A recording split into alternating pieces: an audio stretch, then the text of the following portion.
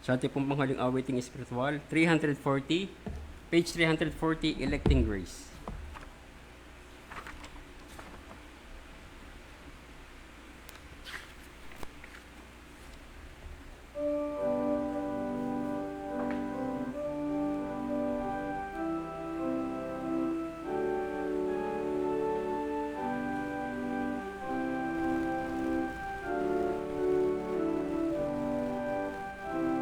Electing Grace, sing. In eternity, God chose you, save many sons of Adam's race. Then he sent his son to Calvary, there to suffer in their place. Electing grace, saving grace, coming down from eternity,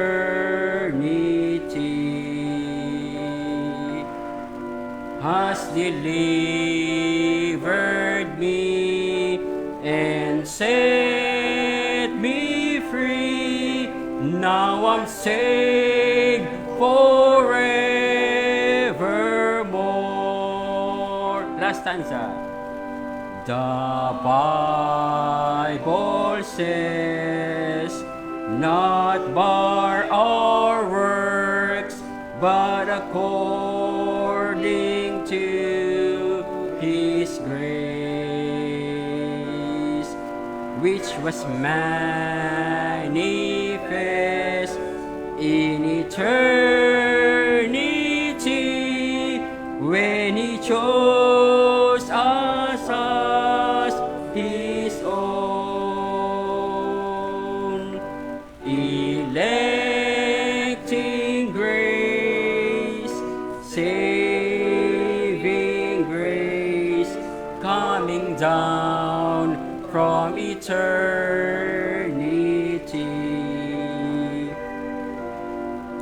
has delivered me and set me free. Now I'm saved forevermore.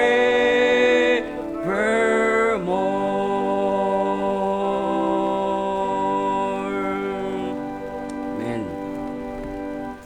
Sa ating pong muling pag-aaral ng salita ng ating Diyos, atin naman pong tawagan ng ating ikalawang mangangaral, si Pastor Roman Millares.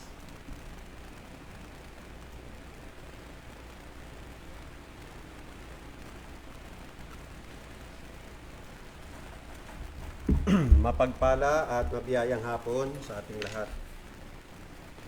Muli nating buksan ang ating pong mga Biblia sa Proverbs chapter 6. Proverbs chapter 6. Basahin natin ang talatang 6 hanggang 11. Proverbs chapter 6 verse 6. Narito ang sinasabi ng banal na kasulatan sa Tagalog. Pumaron ka sa langgam, ikaw na tamad. Masdan mo ang kanyang mga lakad at magpakapantas ka. Na bagaman walang pangulo, tagapamahala o pinuno, naghahanda ng kanyang pagkain sa tag-init at pinipisa ng kanyang pagkain sa pag-aani. Hanggang kailan matutulog ka, o tamad? Kailan ka babangon sa iyong pagkakatulog? Kaunti pang pagkakatulog, kaunti pang pagkaidlip, kaunti pang paghahalukip-kip ng mga kamay upang matulog.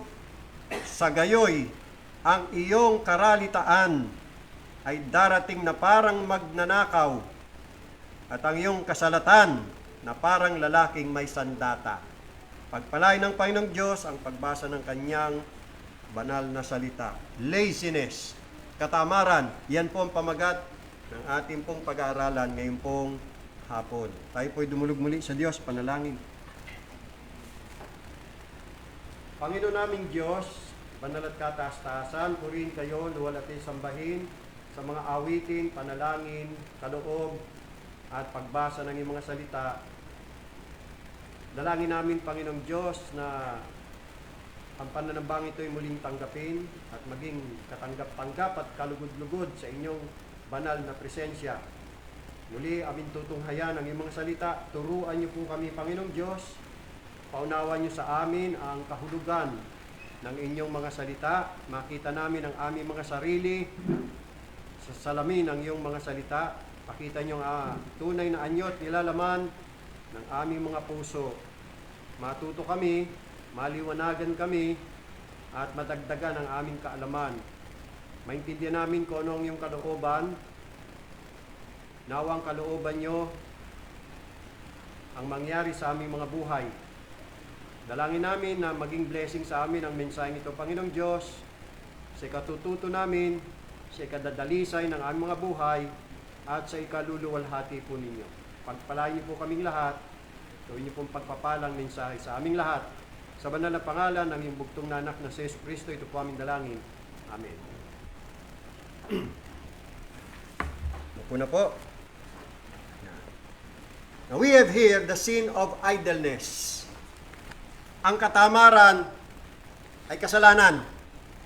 Ang katamaran ay kinukuntina ng banal na kasulatan. Ang katamaran, wala huyang lugar o puwang sa buhay ng isang mananampalataya ng Panginoong Hesus. Ang katamaran, yan po ay siguradong daan patungo po sa karalitaan o kahirapan. May 3 pong mahalagang mga bagay ang kailangang malaman o dapat gawin sa isang taong tamad. Unang-una, a lazy person needs to be educated. Yan ay mababasa natin in verses 6 to 8. Secondly, a lazy persons need to be rebuked or reproved. Verses 9 to 10. And lastly, a lazy persons or person need to be warned. That is in verse 11. Una, a lazy person needs to be educated. Sabi ng taong pantas sa taong tamad, pumaroon ka sa langgam. Now, bakit siya pinapupunta sa langgam? Ano, yung langgam na ang teacher, no? Ikaw na tamad. Masdan mo ang kanyang mga lakad at magpakapantas ka. Ano ba ang meron sa langgam? Bakit doon pinapupunta ni Solomon yung taong tamad? Kasi may makukuhang wisdom, no? Sa langgam. Mayroong matututunan ng taong tamad sa mga langgam. At anong kanya matutunan? E di kasipagan.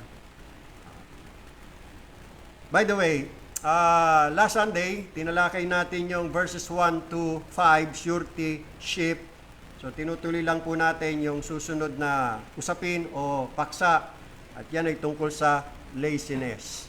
Now, ginamit ni Solomon ang mga langgam o langgam. Ang Diyos kasi, ang mga nilikha ng Diyos, no, ay yung kalikasan, nilikha yan ng Diyos para magbigay din po yan ng aral sa mga tao. Merong matututunan ng mga tao sa mga nilalang ng Diyos, tulad ng mga hayop, tulad ng lupa, ng isda. Yan. In fact, sa Matthew chapter 6 verse 26, ginamit ng Panginoon ang mga ibon sa himpapawid para magturo patungkol sa pangangalaga ng Diyos sa kanyang mga nilalang, upang ang mga mananampalataya ay huwag mabalisa. Ginamit din ng Panginoon yung mga liryo sa parang. Sabi niya, masdan ninyo ang liryo sa parang. Hindi sila, walang gumagawa ng damit sa kanila, pero sila ginayakan, binihisa ng Ama na lumikha sa kanila. So gumagamit ang Diyos ng mga nilalang niya bilang, ang tawag dito, yung sa pagtuturo, instrumento ng pagtuturo. Now, si Solomon, palibasa isang taong pantas, hindi niya pinalagpas ang karunungan makukuha niya sa mga langgam. Kung kaya't pati ito ay kanyang inobserbahan at pinag-aralan at meron siyang natutunan. Again, sabi ng ating teksto, masdan mo ang kanyang mga lakad at magpakapantas ka. Masdan mo. Consider. You see, para tayo matuto, we only need to consider. Consider means obserbahan, pag-aralan, at pagkatapos, humugot ka ng aral mula doon. Kung tutularan po natin ang ibang mga bagay na mabuti, dapat talaga kailangan nating i-consider para meron tayong matutunan. Kailangan i-consider. Kailangan i-consider ang lakad, no? Ng mga lakad ng atin pong pinag-aralan. Masisigasig o masigasig na pagmasdan kung anong kanilang ginagawa. Pag-aralan, pag-isipan, upang matularan o magawa rin natin. Halimbawa, si Pablo. Sabi ni Pablo sa Filipos, Kabanata 3:17. Philippians chapter 3, verse 17. Ginamit ni Pablo ang kanyang sarili. Philippians 3:17. Sabi ni Pablo ganito, mga kapatid, kayo'y magkaisang tumulad sa akin. Tularan ninyo ko, in other words. At tandaan ninyo ang mga nagsisilakad ng gayon, ayon sa halimbawang nakikita ninyo sa akin. Para matularan natin si Pablo, ay kinakailangang i-consider natin. Kinakailangang masdan natin yung kanyang mga gawi, yung kanyang mga ginagawa, at mula doon matuto tayo. Ganyan ang prinsipyo, ganyan ang konsepto na nakapaloob dito sa mga langgam. Okay? Sa ganitong paraan, magkakaroon tayo ng wisdom. Balik tayo sa ating teksto. Masdan at magpakapantas. Ito po ang dapat nating tumbukin sa lahat ng ating pag-aaral na hindi lamang magkaroon tayo ng kaalaman, kundi magkaroon din tayo ng katalinuhan. Hindi lamang tayo maging marunong matapos makaalam, kundi maging mga pantas.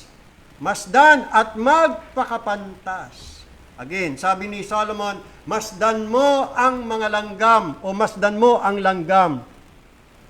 Masdan mo ang sipag at pagsisikap na ginamit o ginagamit ng langgam sa paghahanda ng pagkain niya, na kahit maliit, mahinang nilalang, ay maglalakbay sa ibabaw ng mga bato, aakyat sa mga puno, papasok sa mga bahay, sa mga kamalig, sa mga bodega, aakyat sa mga lamesa, mga lugar na matataas at mabababa, sa paghahanap lang ng pagkain.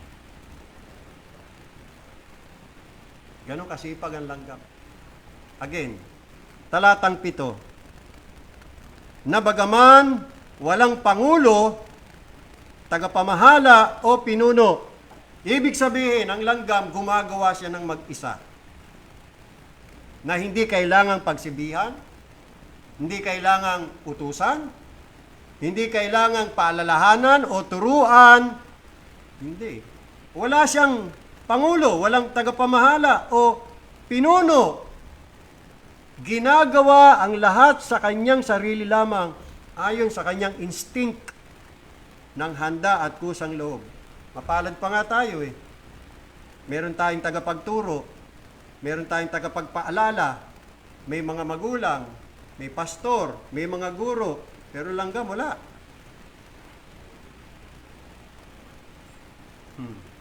Pero gumagawa. Mahiya tayo sa mga langgam. Sa atin, may nagpapaalala pag nakalimot. May magtuturo pag hindi alam. Sa langgam, instinct talaga eh. Lalo pagdating sa paghahanap ng pagkain. Verse 8, naghahanda. Kaya na, ito na yung ginagawa ng langgam. naghahanda ng kanyang pagkain sa tag-init. Una yan. Pangalawa, at pinipisa ng kanyang pagkain sa pag-aani. Tatlong bagay ang ating makikita rito. Una, pinaghahandaan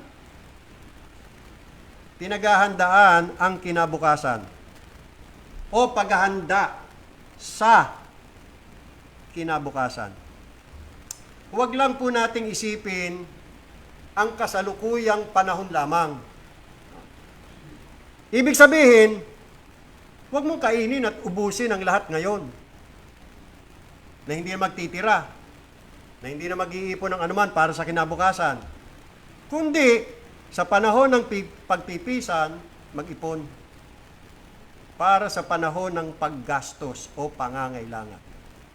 Ganyan ang ginawa ni Jose na anak ni Jacob nung siya ang naging gobernador sa Egypt. Alam ni Jose, pinahayag sa kanya ng Panginoon sa pamagitan ng panaginip na magkakaroon ng 7 taong taggutom. Palibhasa si Jose ay binigyan ng karunungan ng Panginoon, pinaghandaan niya yan. Gumawa siya ng plano kung papaano na hindi sila magugutom pag dumating ang 7 taong taggutom. Pinaghandaan. Ganyan mismo ang ginagawa ng langgam. Nakita natin? Kaya dapat tayong maging masinop sa ating makalupang mga gawain. Hindi naman na mayroong dahil sa tayo ay nagbalisa o hindi po dahil sa meron tayong pagkabalisa, kundi may maingat na pananaw o foresight. Ang tawag dyan ay prudence.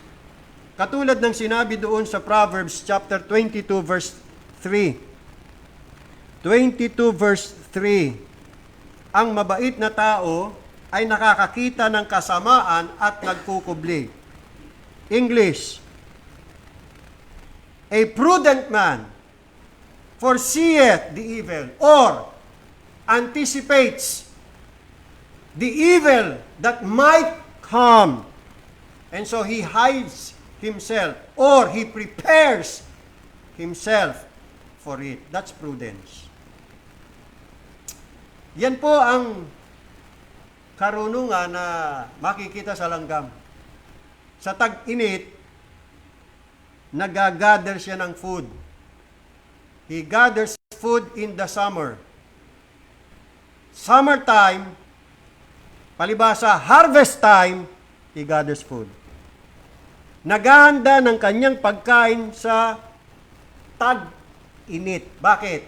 Sapagkat ang tag-init ay panahon ng pag-aani. Balik tayo dun sa ating teksto sa talatang 8.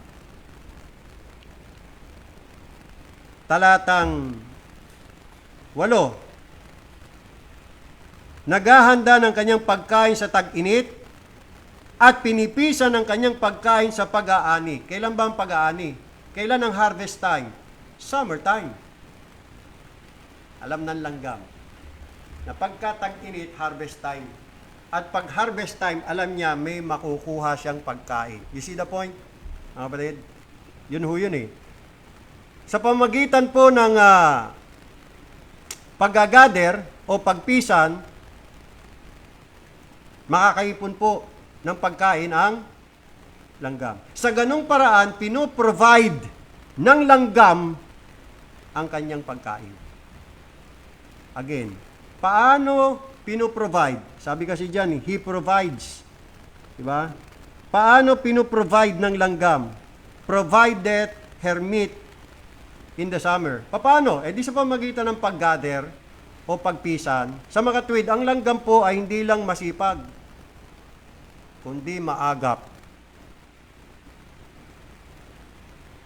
Diba? Ano ibig sabihin? Sinamantala ng langgam ang panahon. Ano yung panahon?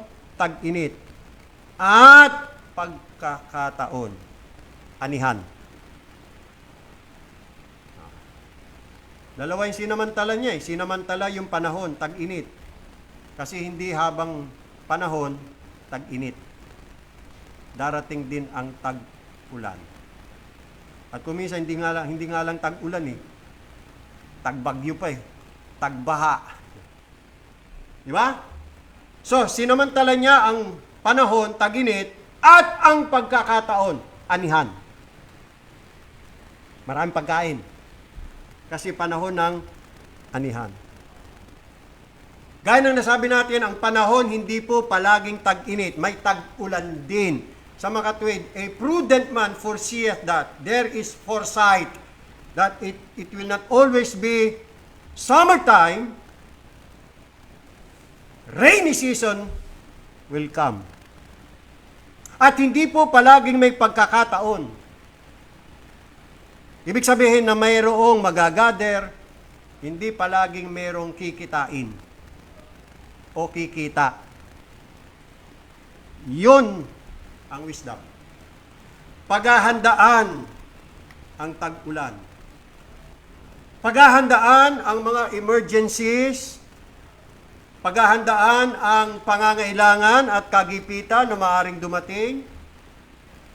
Paghahandaan ang panahon na tatanda, old age, na hindi na makakapagtrabaho. Masakit na ang katawan. Hindi na kaya.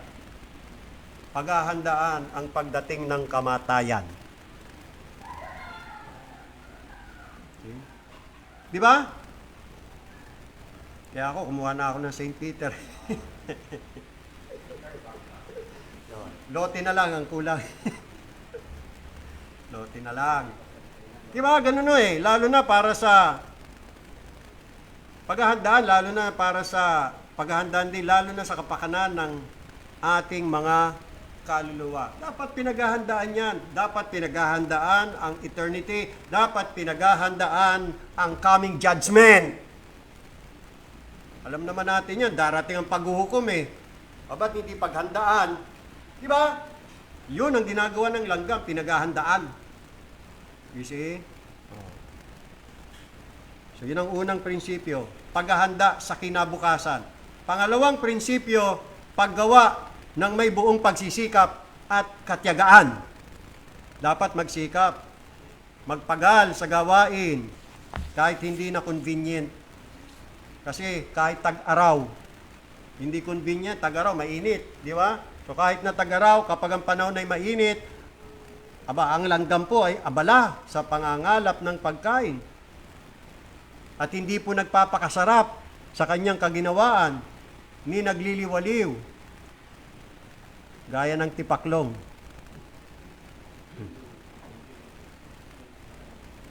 Alam natin yung kwento, di ba? Yung langgam at tipaklong, yung isa yan sa mga old fables. Yan. Panahon ng tag-init, ang langgam, ang ginawa niya, sinamantala niya ang panahon at pagkakataon. Ano yung panahon? Tag-init. Ano yung pagkakataon? Anihan. Samantala, yung tipaklong naman, palibasa, summertime, yan ang panahon para magpunta ng Boracay. Magliwaliw, mamasyal, ayun, mag-enjoy, maglaro, umawit sa tag-araw, at pagkatapos, mamamatay sa taglamig.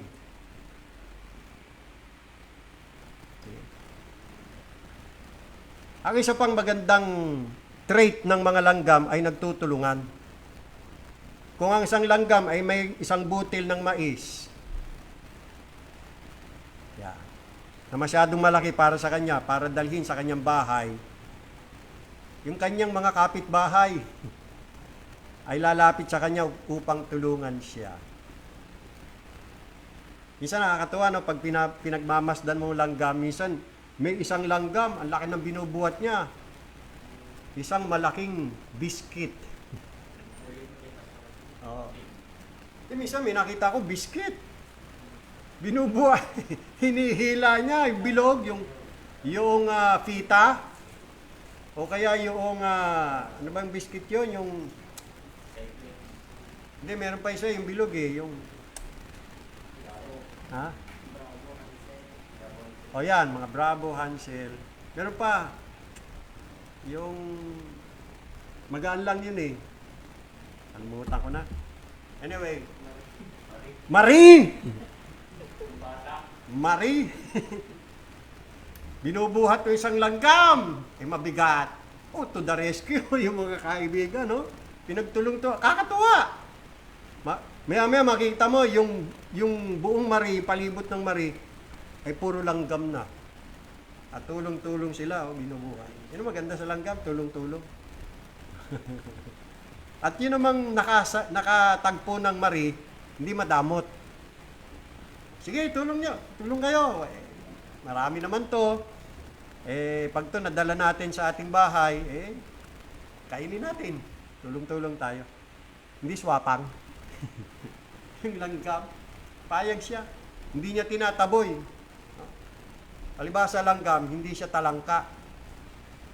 Kaya hindi siya utak, talangka. May utak siyang langgam. Yun po yun. Kaya buong tiyaga at kasipagan na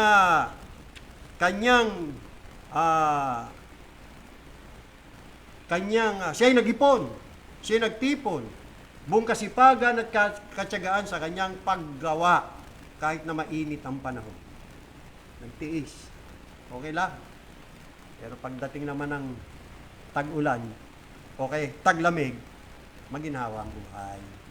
Pangatlo, pagsamantalahan ang mga pagkakataon o pagsamantala sa mga pagkakataon. May kasabihan nga tayo na grab every opportunity. Yung opportunity rito tag-init, tapos tag-ani. Maraming mahanap na pagkain nyo lang kami. So opportunity niya na yun para sa kanya. Sinunggaban niya agad. Yan ang ating matututunan dito. Pagka may opportunity, sunggaban na agad. Kasi meron din tayong kasabihan na opportunity knocks at the door once. Pag pinalagpas natin yan, baka hindi na dumating. Bihira na lang mag-knock yan twice. Bye-bye. Tapos na.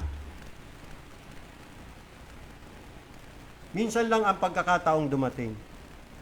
Again, may kasabihan tayo na strike while the iron is hot. Sabi nga sa Bible, sabi ni Jesus Christ, walk while you have light. Habang tag-init at hindi pa tag-ulan, habang tag-anihan o habang may aanihin, sunggaban agad. You see? Yun yung mga pagkakataon na dapat samantalahin na agad. Tulad nyon, opportunity na bata ka pa, malakas ka pa, binata ka pa, o kaya dalaga ka pa. Samantalahin mo na ang pagkakataon habang kaya mo pa. Kasi pag ikaw'y nakapag-asawa na, mahirapan ka na. Lalo na kung ikaw'y babae, magkaanak na, ay di, ilalaan mo na lang panahon mo sa pag-aalaga ng bata, hindi na makapagtrabaho niyan. Di ba? Habang bata pa, lalo na kung iba tumanda na, tapos doon pala makakaisip na magtrabaho, wala na. Nangyari na sa akin yan. Kung kailan may nararamdaman na, masakit na ang buto, may rayuma na, arthritis na. Doon lang na-realize na, kailangan pala magtrabaho Kasi, galing ako sa isang church, Bible Baptist Church, na nagturo sa amin ng pastor, hindi daw dapat magtrabaho. Dapat full-time. Unawaan ko, pinaunawa ng Panginoon, hindi pala, tama yon, mali. Ang pastor dapat pala magtrabaho. Kailan ko lang na-realize yun? Ang dami ko ng anak. Laki na ng pamilya ko. Tapos, hindi ko pa natapos yung pag-aaral ko. Kasi ang sabi sa akin, suko ko na raw buhay ko. Huwag na raw ako mag-aaral. Darating na raw ang Panginoon. Wala nang kabuluhan yan. Dapat maglingkod. Ayun. Ako naman si tanga, nakinig. Sinunod. Nag-aaral na nga ako sa college. Umalis pa ako. Nag-quit ako. Hindi walang natapos. You see? Paano ikaw bubuhay? Ipagkatiwala lang daw sa Diyos. Ganun ba ang turo? Katamaran tinuturo nila yung katamaran, itatapat mo sa pagtitiwala sa Diyos. Mali yun. ang totoong nagtitiwala sa Diyos, masipag, gumagawa, tatrabaho. Eh wala na, nalipasan na ako eh. Nawala na yung opportunity sa akin na mag-aral, opportunity na maghanap ng trabaho. Wala na. Yung age ko, lagpas na ng 30. Nung na-realize ko, kailangan ko magtrabaho, una kong kinuha, dyaryo eh. Tiningnan ko, classified ads. Ano bang pwede sa akin dito? Age pa lang eh. Bagsak na ako eh. Wala na ako sa bracket. Pangalawa, may experience. Pangatlo, college level. Patay. Wala. Hindi ako papasa. Janitor kaya. Maski janitor, may qualification eh. Ang bihira yan. Sa age na lang eh. Wala na. Lagpas na ako sa bracket. Nalipasan na ako ng opportunity. Dapat nung kasagsagan ng kabataan ko, yun. Yun yung sinasabi natin. Grab every opportunity. Opportunity na bata ka pa, malakas ka pa, binata o dalaga ka pa. Yun eh. O kaya opportunity na makapag-aral ka. Marami sa mga kabataan, hindi nila nare-realize yan. Yung kahalaga ng pag-aaral, hinahaluan ng kalokohan, makikipag-boyfriend, makikipag-girlfriend. Ayun, nauwi sa teenage pregnancy. Tigil sa pag-aaral. Pinag-aaral na magulang. Nagpabaya. Hindi na makabalik sa paaralan. Bakit? Eh may anak na eh. Tapos yung pantituition, pambibili na lang ng gatas nung anak. You see? Ngayon, na-realize na, di, kailangan ko magtrabaho kasi wala akong panggagatas. Lumaki ang anak. O ngayon, mag-a-apply ng trabaho, eh hindi nakatapos. Di mababang uri ng trabaho, mababang sweldo, kulang pa. Gusto mag-aaral, hindi makapag-aaral. Wala na eh. Nalipasan na ng opportunity, hindi sinunggaban eh. Opportunity na may magandang offer ng trabaho. Tapos, hindi sinunggaban. Eh di susunod, wala na. You see? Opportunity na kumita. Yun ho yun eh. Ito ang simbolo ng summer at harvest time. Opportunity.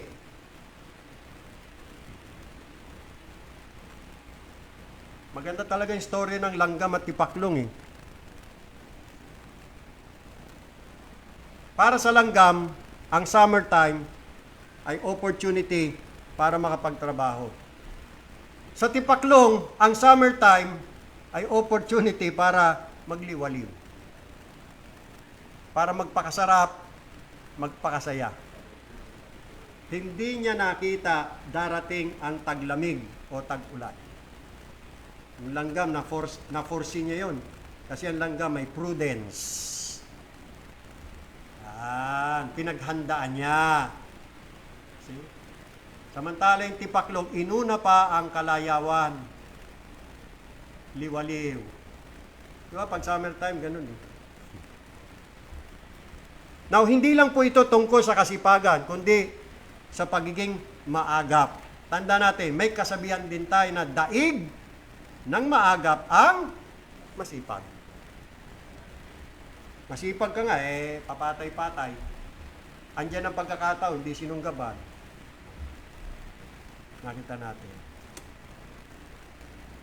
Ito yung aral na dapat matutunan ng tamad. Kaya sabi ni Solomon, pumunta ka sa langgam. Pag-aralan mo, tingnan mo ang ginagawa nila. Ikaw na taong tamad at magpakapantas ka. Kumuha ka dyan ng aral para sa iyo.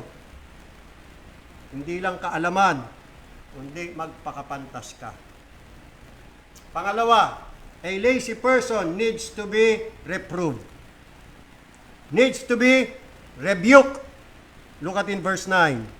Balik tayo sa ating text, Proverbs chapter 6, verse 9. Hanggang kailan matutulog ka? O tamad, kailan ka babangon sa iyong pagkakatulog? Hanggang kailan ka matutulog? kung hahayaan kang mag-isa,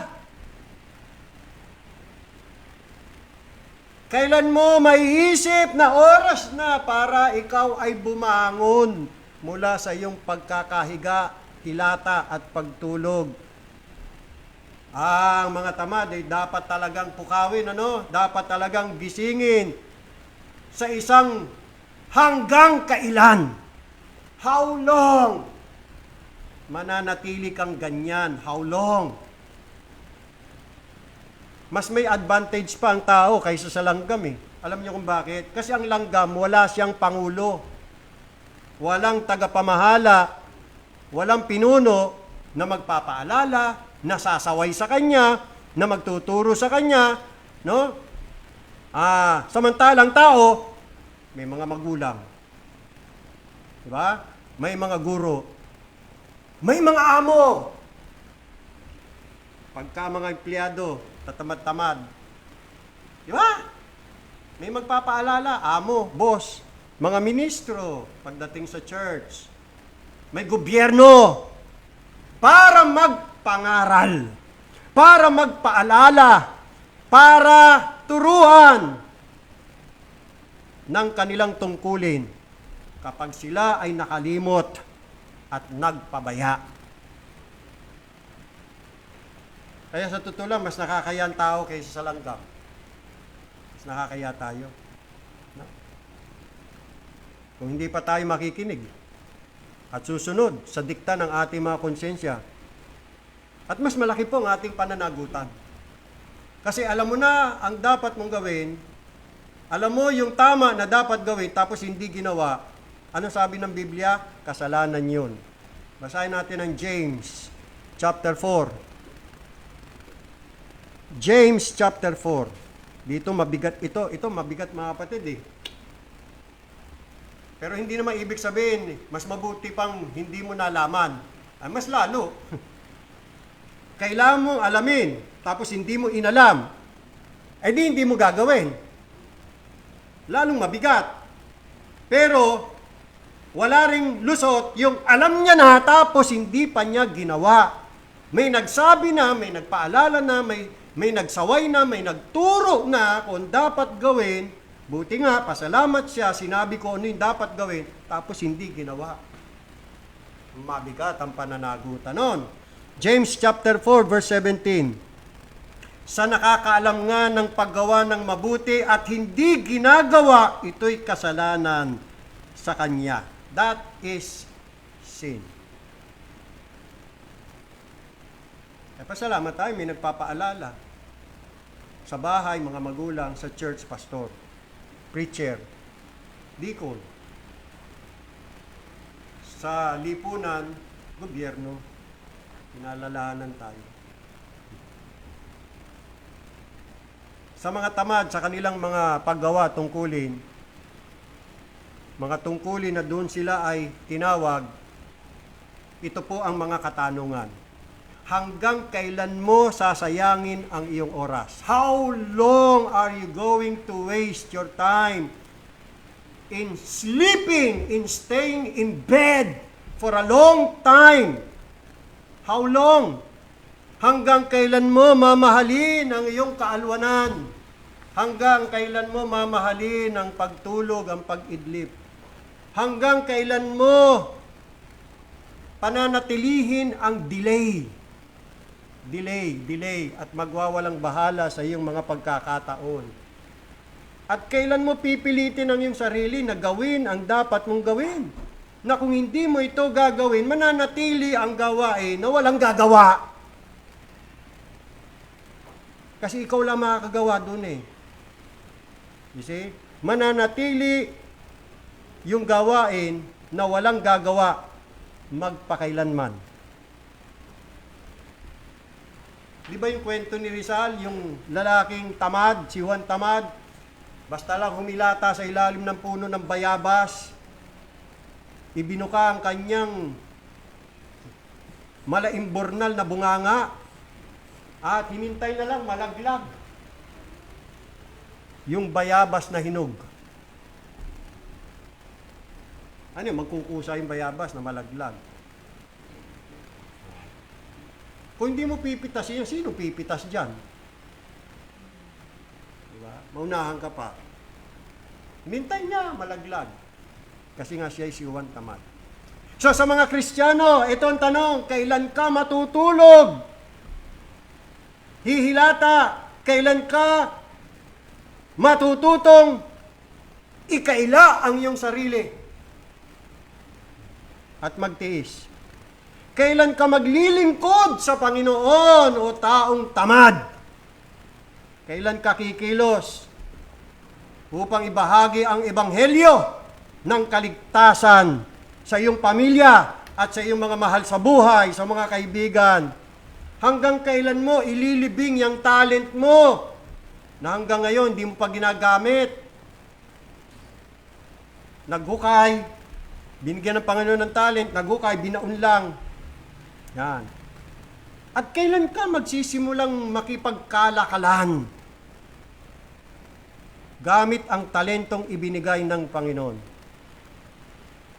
Taong tamad, miyembro ng iglesia, kailan ka magpapakatapat sa Panginoon?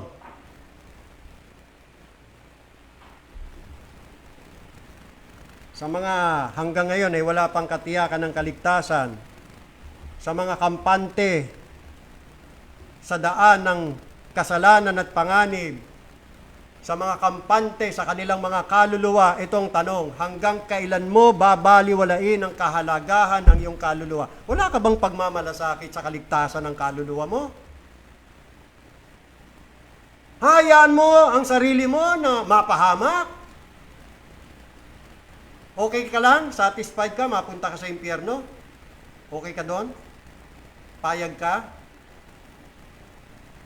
Payag ka na maranasan mo ang puot ng Diyos? Kung hindi, anong ginagawa mo? Ba't ang tagal mo dyan sa higaan mo? Hanggang ngayon, wala ka pa rin ginagawa. Diba? Oh. Kailan ka magsisisi? Kailan ka magre-repent? Utos yan ng Diyos. Repent! Kailan mo tatalikuran ang iyong mga kasalanan? Kailan mo i-give up yan? Kailan mo i-give up sarili mo? Kailan ka sasampalataya kay Jesus Christ? How long? Hanggang ngayon, nananawagan ng Diyos. Hanggang kailan ka magiging bingi at hindi makikinig sa tinig ng Diyos? Hanggang kailan mo babaliwalain si Jesucristo? Kailan ka susunod sa kanyang water baptism? Hanggang kailan ka mananatiling passive? Hindi pa ba sapat ang tulog mo? Is it not enough? Hindi ba tumatawag sa iyo ang Panginoon? Hindi mo ba naririnig ang kanyang tinig? Bakit hanggang ngayon hindi ka pa tumutugon? Bakit hindi ka bumangon dyan sa higaan mo? Ikaw na taong tamad. Tamad sa pagmamalasakit sa iyong kaluluwa. Walang pagmamalasakit sa iyong kaluluwa. Hindi ba babalik na ang Panginoong Hesus? Oh, anong ginagawa mo? Gusto mong madatnan ka sa pagbabalik ng Panginoong Hesus sa ganyan mong kalalagayan? It's too late. Baka wala na. Pag-asa, ha? Huli na ang lahat. How long? How long? How long? Hindi ba nalalapit ng araw ng paghukom? Hindi ka ba naniniwala na malapit ng araw ng paghukom? Hindi ka ba naniniwala malapit na dumating si Jesus Christ? Kailan ka babangon o taong tamad? How long? Balik tayo sa ating teksto. Proverbs chapter 6, verse 10. Kaunti pang pagkakatulog. Kaunti pang pagkaidlip. Kaunti pang paghalo-kip-kip ng mga kamay upang matulog. What? May gumigising na sa iyo eh. Ginigising ka na, taong tamad. Bumangon ka na. At ang sinabi mo, pwede 5 minutes pa. Konti pa. Konti na lang. Konti pang pagkakatulog. Please. Konti pang pagkaidlip, aba, umiirit pa eh. Tumatawad pa eh. Ano ibig sabihin niya? Ang taong tamad, maraming excuses na wala namang kabuluhan. Siya ay humihingi ng kaunti pang oras, kaunting pagkaidlip, kaunting paghalukip-kip. Please, kaunti pa. 5 minutes na lang. Kaunti pa. At kapag siya ay ginising at tinawag na, magkukunwari, magpapanggap na siya ay babangon maya-maya. At, sige, pupunta rin ako. Darating din ako. Pero nandun pa rin, nananatili sa kanyang paghiga. Ang dami excuse. Katulad nito, may excuse din yung taong tamad. Iba't ibang excuses eh. Proverbs chapter 20 verse 4. Proverbs 20 verse 4. Ang taong tamad, 20 verse 4. Ang taong tamad ay hindi mag-aararo. Bakit? Dahil sa tag-ginaw. Lamig. Malamig ngayon eh. Hindi mag-aararo. Kaya ang magiging resulta, kaya't siya'y magpapalimo sa pag-aani at walang anuman. Wala siyang mapapala. Proverbs chapter 26 verse 13. Another verse. Proverbs 26:13. Sinabi ng tamad, may leon sa daan. Nasaan? Ayan, nakita ko eh. Isang leon ay nasa mga lansangan. Sino nagsabi niyan? Taong tamad. Excuse lang naman. Hindi naman totoo. Para ma-excuse siya. Pwede ba? Hindi mo na ako lalabas. Dito muna ako. Kaunting pag-idlip, kaunting tulog pa, kaunting halukip-kip ng mga kamay. Nire-rebuke na eh. Hanggang kailan?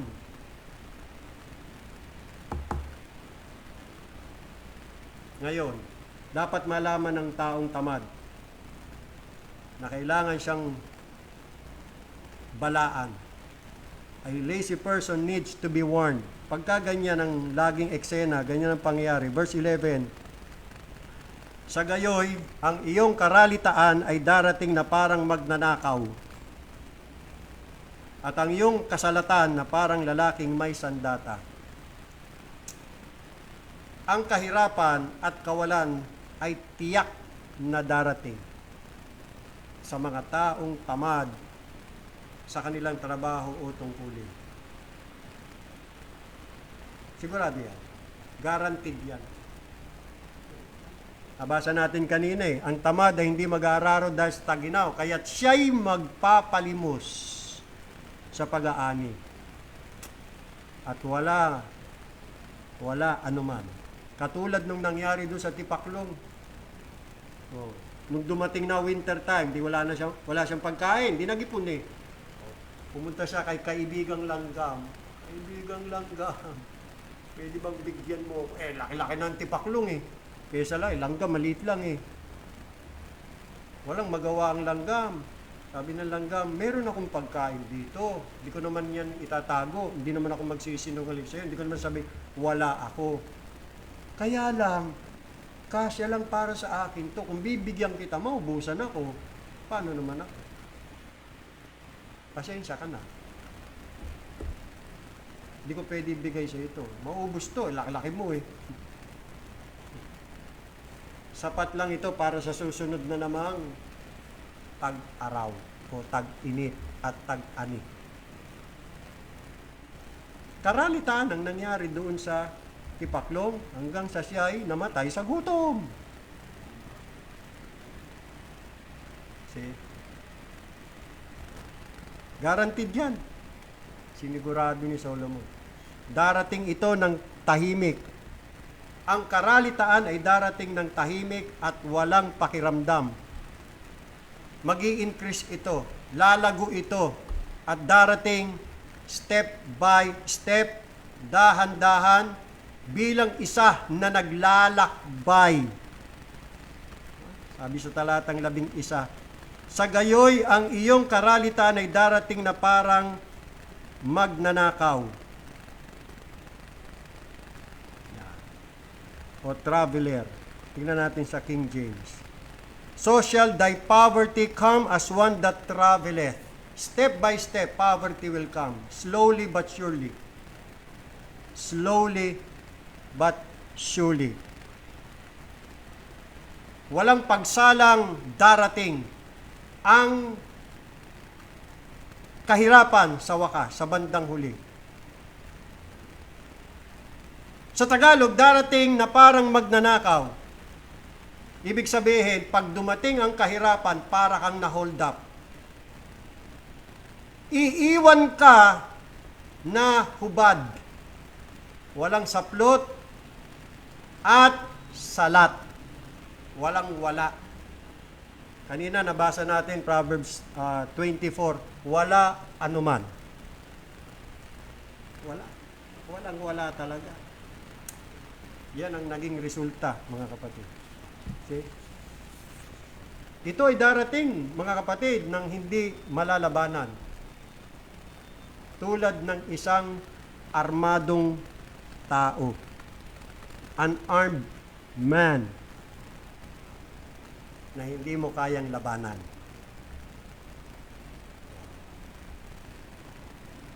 Yan ang kahirapan, karalitaan, kasalatan. See? Ito pa, mga sinabi ni Solomon. Proverbs 19:15. Proverbs 19:15. Slothfulness casteth into a deep sleep, and an idle soul shall suffer hunger. Tagalog.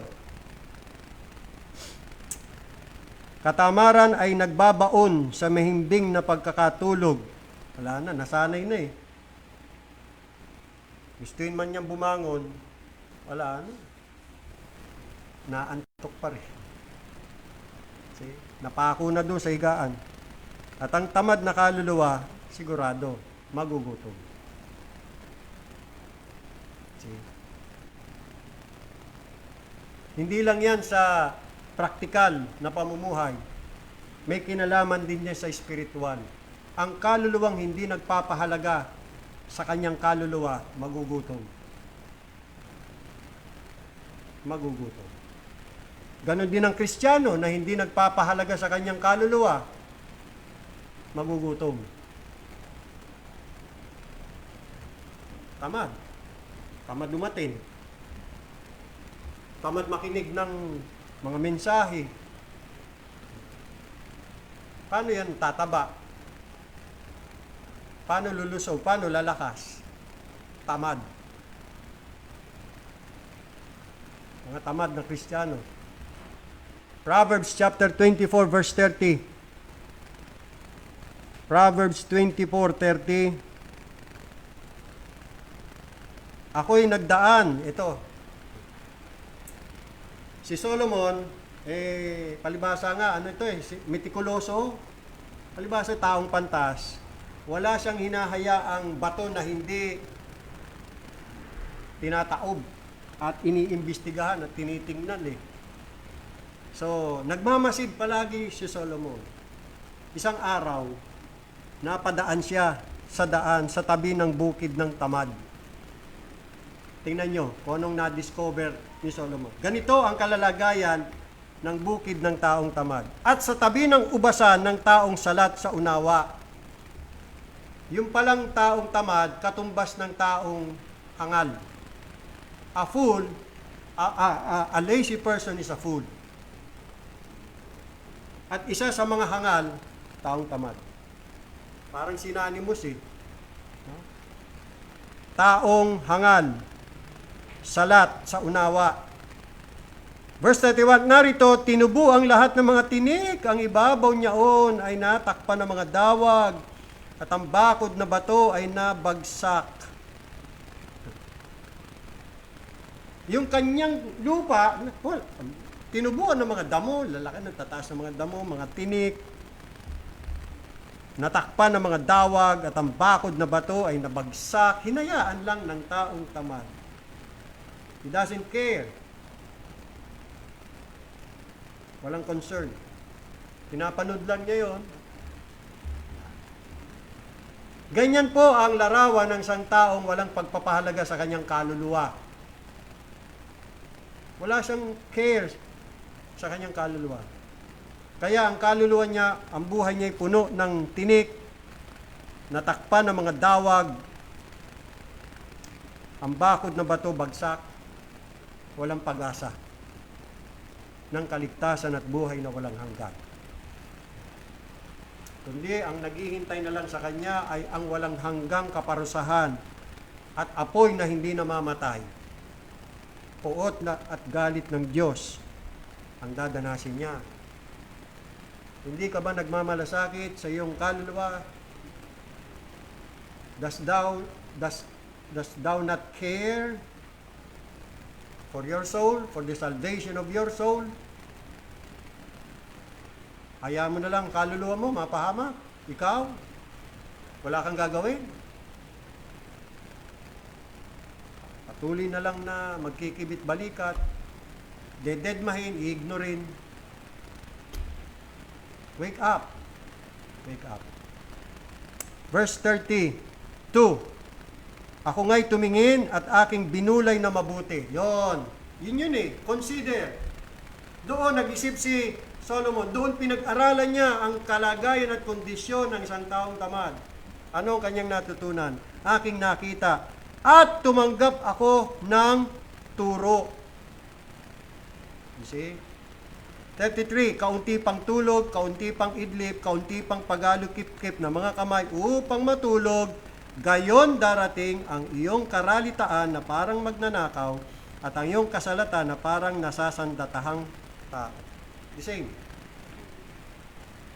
In Proverbs chapter 6.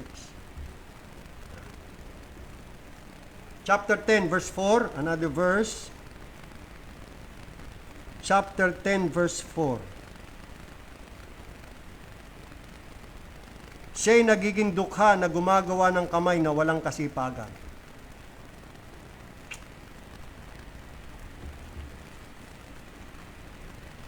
Ngunit yumayaman ang kamay ng masipag. Yun. Sino yumayaman? Now, totoo po na ang Diyos ang nagpapayaman, ang Diyos ang nagpapadukha. Totoo yan. Sovereignty ng Diyos yan. Kung sino yung gusto niyang payamanin, kung sino yung gusto niyang maging dukha. Ganun lang. Ganun lang kalagayan at buhay. Pero, meron din siyang means. Meron din siyang appointed means kung paano yayaman. At nabasa natin, ang appointed means ng Diyos ay kasipagan. Yun yung yumayamay, masipag. At yung naghihirap, yun yung tamad. See? Kung paanong itinakda ng Diyos yung purpose, ganun din itinakda niya yung means para matupad yung purpose. Halimbawa, purpose ng Diyos na ikaw yumaman. Tinakda ng Diyos na ikaw yumaman. Ano yung means para ikaw yumaman? Alam nga naman, tataya ka lang sa loto. Doon ka na lang aasa. Katamaran yun. Sigurado yan, hindi mo ma-enjoy yung kayamanan.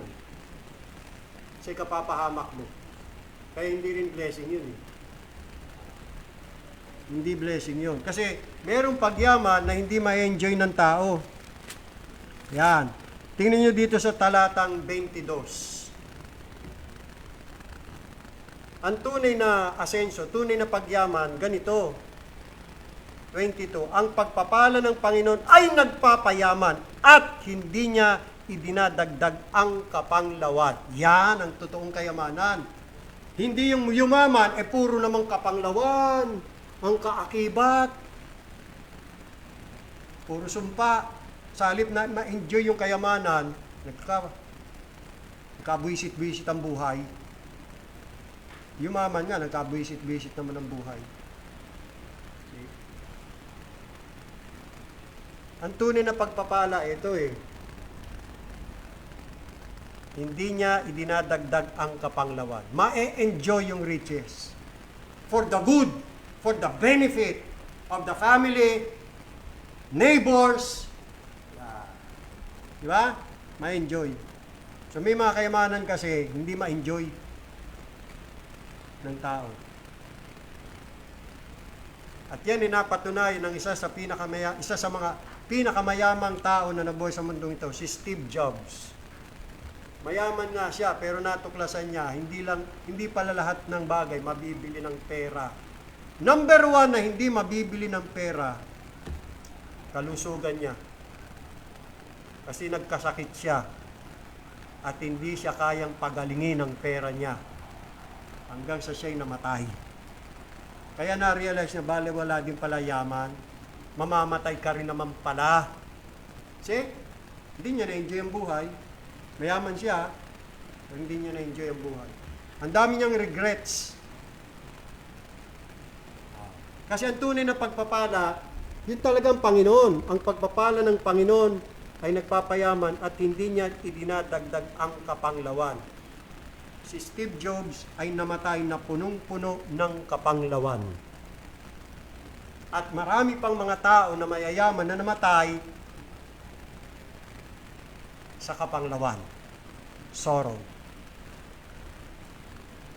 Baliwala. You see? Yun ho yun. Verse 5 of chapter 10.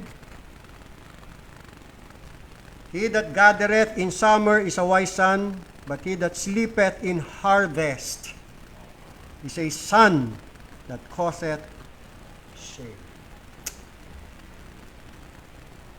So ano dapat natin gawin? Wake up.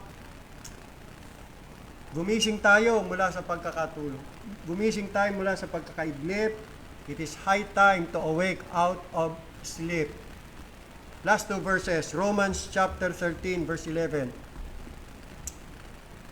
Romans 13, verse 11, the Bible says, "And that, knowing the time, that now it is high time to awake out of sleep. For now is our salvation nearer than when we believe." You see, time is running out. Yun ang ibig sabihin niya na eh.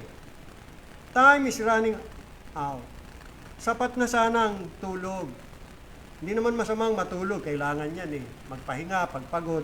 Pero hindi naman habang buwan na matutulog. Ibig sabihin, walang gagawin. Bumangon, gumising. Because time is running out. Meron pong dapat na gawin. Meron pong dapat na tapusin. Meron dapat ayusin. At ito yamang nakikilalang panahon na ngayon kapanahunan ng magsigising kayo sa pagkakatulog. Sapagkat ngayon ay lalong malapit na sa atin ang kaligtasan kaysa nang tayo'y magsisampalataya ng una. Malapit na dumating ang Panginoon, malapit na ang araw ng paghukom, malapit na ang tribulation period. Abay, maganda. Sobra ng tulog. Kailangan ng bumangon sa higaan. Gumising na, kumilos na, gumawa na. Ephesians chapter 5 verse 14. Ephesians 5:14. Kaya sinasabi niya, gumising kang natutulog. Yun ang dapat gawin ng taong tamad na natutulog. Puro tulog na lang. At magbangon ka sa gitna ng mga patay. Huwag mong tularan ng mga patay. Hindi na babangon yan. Anong gusto mo? Forever ka na lang. Rest in peace. Ano? Tinuturi mo sarili mo talaga, patay na? Hindi ka na babangon? At liliwanagan ka ni Kristo. May God bless the message in our hearts.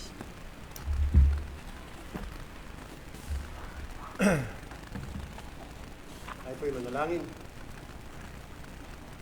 Dakila naming Diyos, maraming salamat po sa paalaala po ninyo sa mga aral na ito. Kaya tulungan niyo po kaming magsipag dahil hindi lahat ng panahon tag-araw. Darating din ang taglamig, darating din ang tag-ulan. Ibig sabihin, hindi palaging maalwan, hindi palaging maginhawa. darating din ang mga panganib, darating din ang mga emergencies, darating din ang mga kawalan, ang calamity na dapat naming paghandaan. Tulungan niyo po kami maging mga pantas. Salamat sa karunungan ito.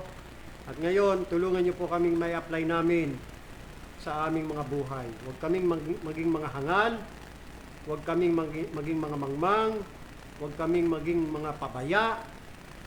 Gisingin niyo kami, Panginoong Diyos, mula sa pagkakatulog. I-revive niyo po kami. Ang church na ito, Panginoong Diyos, kailangan po ng revival. Kailangan ng sigla, kailangan ng buhay. Kilusin niyo kami, Panginoong Diyos. I-stir up niyo po ang aming mga espiritu. Sapagkat nalalapit na ang panahon, nalalapit na ang araw ng aming kaligtasan, nalalapit na ang pagdating ng Panginoong Hesus, nalalapit na ang araw ng paghukom. Wala nang panahon, mauubos na ang panahon.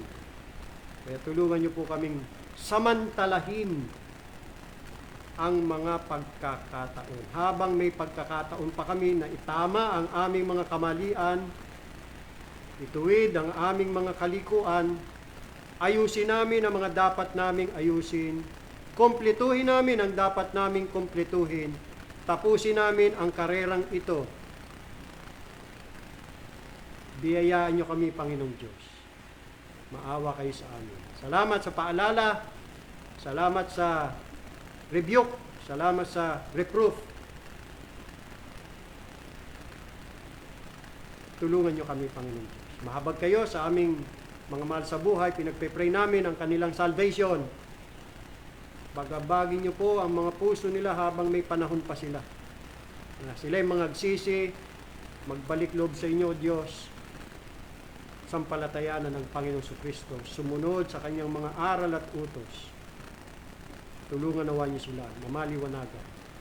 Maraming salamat. Pagpalain niyo kami, O Diyos, sa isang linggo na namang aming harapin. Dalangin namin ang iyong guidance.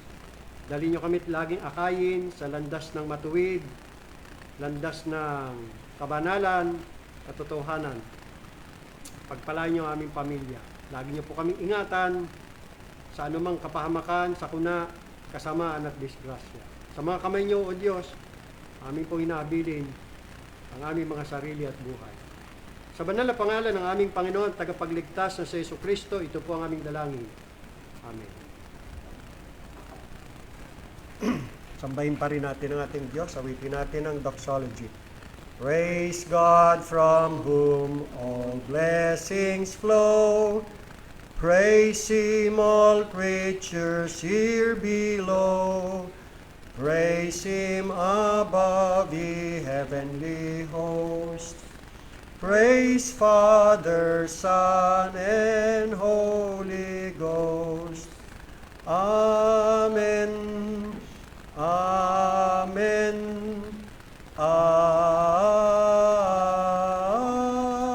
Amen. Magandang gabi. Tapos ng ating banal na pagtitipon. Pagpalain tayo ng ating Panginoong Diyos hanggang sa susunod nating pagkikita at pagtitipon.